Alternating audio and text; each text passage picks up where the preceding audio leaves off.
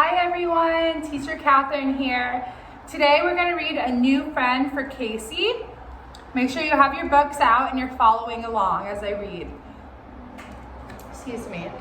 A New Friend for Casey. Last one to the swings is a rotten egg, shouted my friend Tanner. Above us is a gentle breeze swept through the trees. Whoosh! I heard the dry autumn leaves as they moved. Why is that old lady always sitting there? Tanner asked. I looked where he pointed. On one bench sat my mom. On another bench sat an older woman. I dare you to go talk to her, said Tanner. I'm not afraid of anything, I shouted. From high in my swing, I jumped out and landed with a big thump. When I stood up, I turned toward the older woman. She was looking my way. Hi, I said. What are you doing? I'm making a winter hat for my grandson, she said. He moved away. Where? I asked. Down south in Florida, she said. You know, in Florida, it is warm. People there don't need winter hats, I said.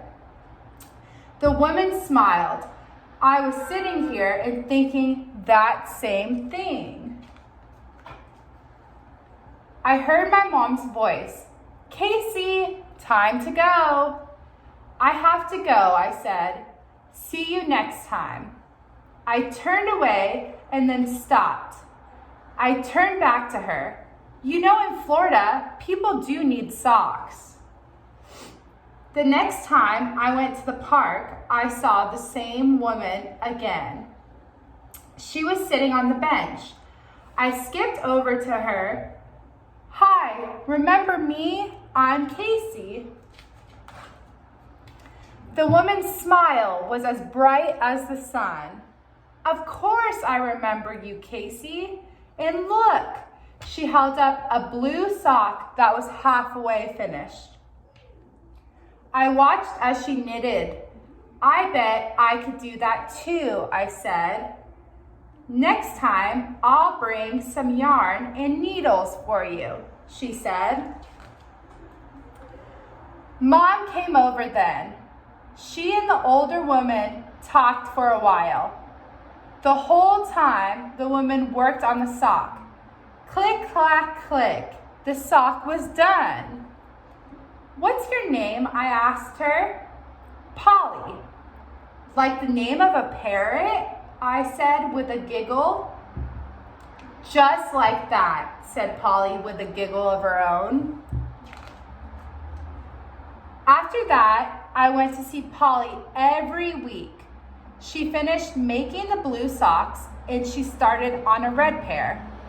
She started teaching me how to knit too. A scarf will be a good choice for you, Polly said. Cold weather is coming soon. Polly told me about her grandson. He's your age. I wish he would write me letters, but he never does. I miss him.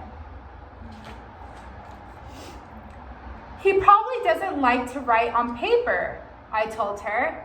Did you know you can write messages on the phone? I told Polly about text messages. I'll show you on my mom's phone. By the next week, Polly had bought herself a new phone. She sent messages to her grandson every day. He always writes back, Polly said. All of a sudden, a tear rolled out of my eye. What's wrong, Casey? Said Polly. It's silly, I said. Go ahead and tell me, said Polly. Now, you don't need me for a friend anymore, I said. Oh, Casey, said Polly. I can send my grandson messages all day, but he can't sit here with me. I can't teach him to knit a scarf. I need you. You are my friend. The November wind rushed through and shook the leaves, and I giggled. I'd better get to work on this scarf. Winter will be here soon, I said. The day was cool, but my heart was warm. A new friend for Casey. Okay, so now you guys read this book a couple times, okay, and practice it. And then do your worksheet, your comprehension worksheet that goes along with the book. Okay, see you guys soon. Bye.